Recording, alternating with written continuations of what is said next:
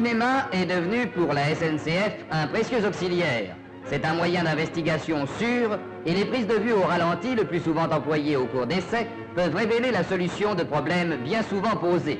Le film, une fois enregistré, peut être projeté et examiné image par image.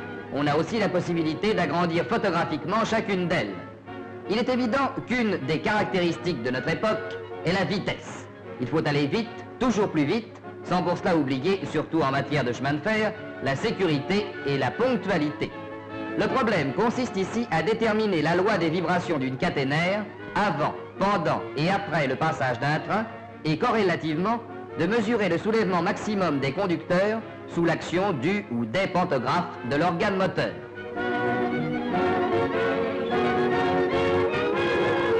Une caméra de ralenti est installée à hauteur du fil de contact. Une mire graduée est placée en arrière de la caténaire et à l'opposé de la caméra.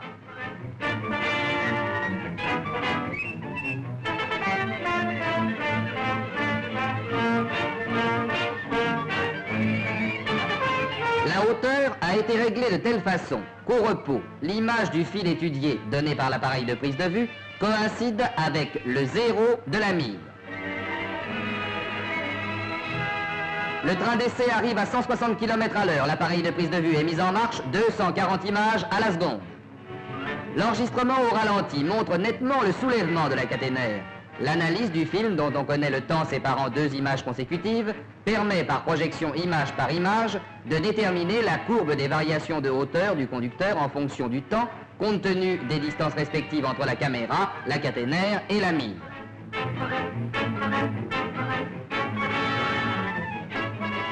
Un autre mode d'investigation permet l'inspection sur une bande graphique des mouvements de la caténaire.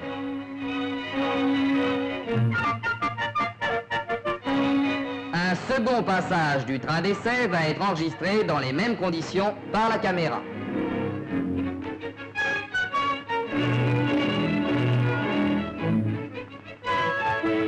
Curieux et étonné par la vitesse du train, un avion descend pour mieux voir son terrestre concurrent et l'antique lanterne du passage à niveau rêve au bolide de son jeune âge. Ici, il s'agit de reproduire la forme que prend une caténaire dans une de ses portées au moment du passage d'un ou deux pantographes. 4 caméras sont disposées en face de 4 mires, divisant la portée en tronçons égaux de 10,80 m. Les appareils utilisés cette fois tourneront à la vitesse normale, c'est-à-dire 24 images à la seconde.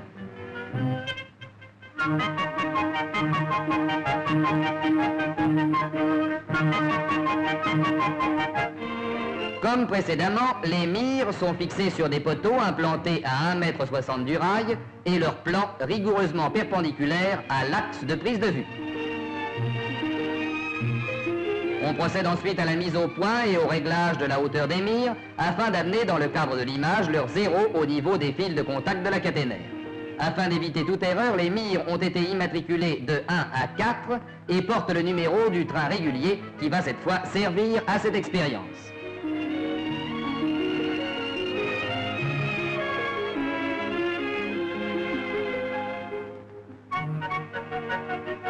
Le train arrive, un signal, on tourne.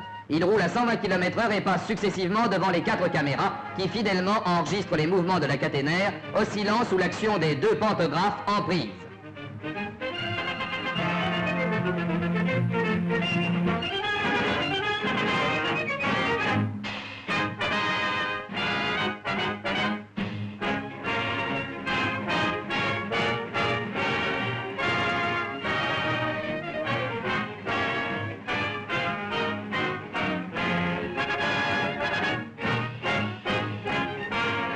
L'examen des films obtenus a permis de reproduire très exactement la forme du fil de contact au passage des pantographes.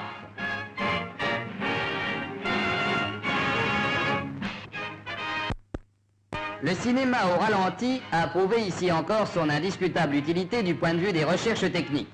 Lors des premiers essais des voitures métalliques sur pneus, qui depuis décembre 1948 composent régulièrement le rapide Paris-Strasbourg, on s'aperçut que certaines pédales de signalisation étaient détériorées par les frotteurs métalliques nécessaires pour établir le court-circuitage d'un rail à l'autre, indispensable à la commande des signaux.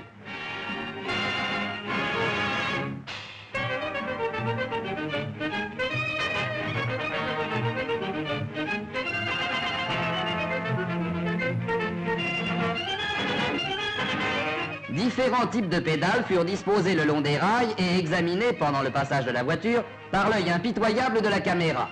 Tractée ou poussée par un autorail, la voiture d'essai va passer sur chacune des pédales mises successivement en service et son comportement minutieusement observé au passage.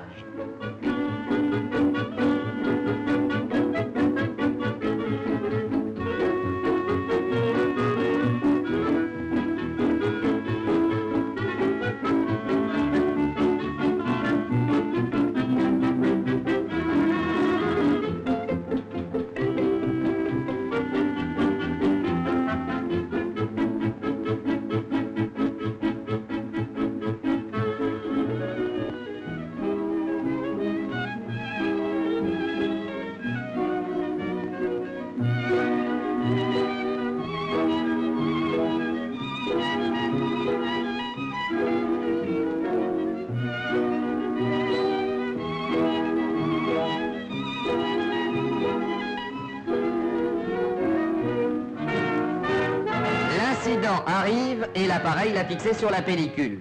Le ralenti le révélera maintenant autant de fois qu'il sera nécessaire et ces images ont servi aux techniciens qui les ont examinées vue par vue. Elles leur ont permis d'apporter toutes les modifications nécessaires afin d'éviter dorénavant la détérioration de ce matériel qui, après avoir subi de nouveaux essais devant la caméra, a donné cette fois toute satisfaction.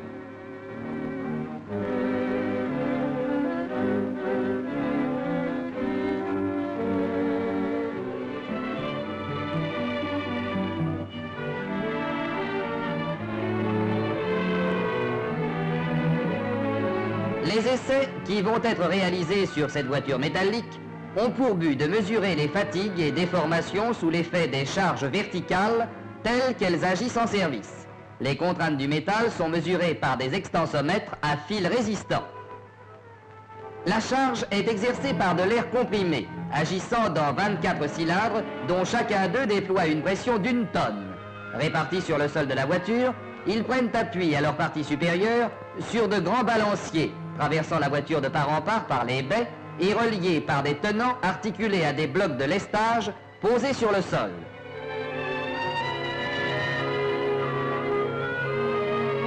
Sous l'effet de la contrainte mécanique, la matière et par suite le fil résistant subit un petit allongement relatif ou contraction qui se traduit par une variation de sa résistance électrique et qui est détecté et amplifié par des appareils enregistreurs qui permettent l'inscription automatique des contraintes mesurées.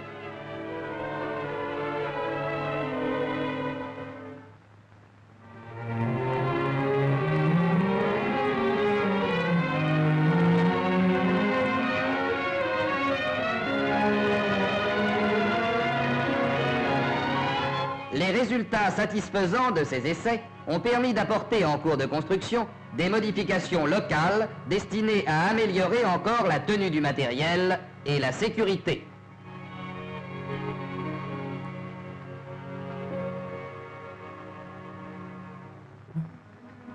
Afin d'acheminer vers leur lieu de destination les grandes barres de rails soudées de 72 mètres de longueur utilisées à l'intérieur des souterrains, on a procédé à des essais de transport. Il a été remarqué lors du premier essai, où les barres avaient été simplement posées sur les wagons, que dans les courbes, certaines d'entre elles se sont couchées et en d'autres endroits du parcours, sans raison apparente, ont exécuté de véritables sauts de cartes.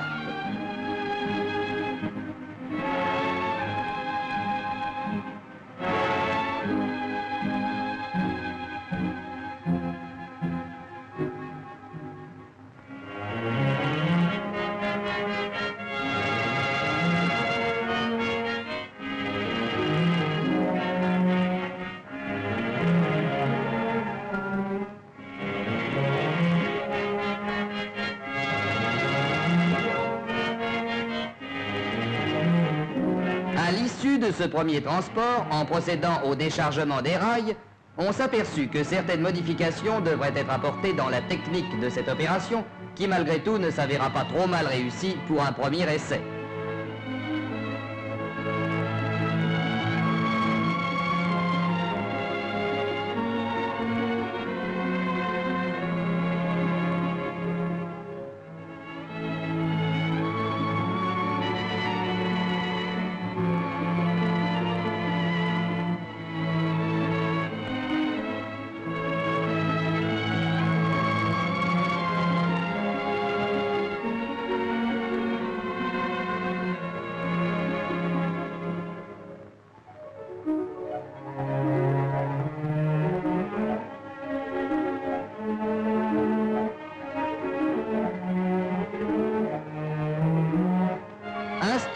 par l'expérience du premier transport et afin de remédier aux inconvénients remarqués, les rails posés à plat sont maintenus aux champignons par des crémaillères de fixation.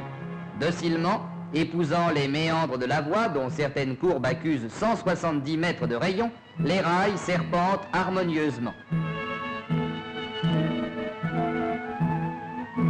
Un matériel de déchargement spécialement étudié permet cette fois de réaliser cette opération dans un minimum de temps avec un maximum de sécurité.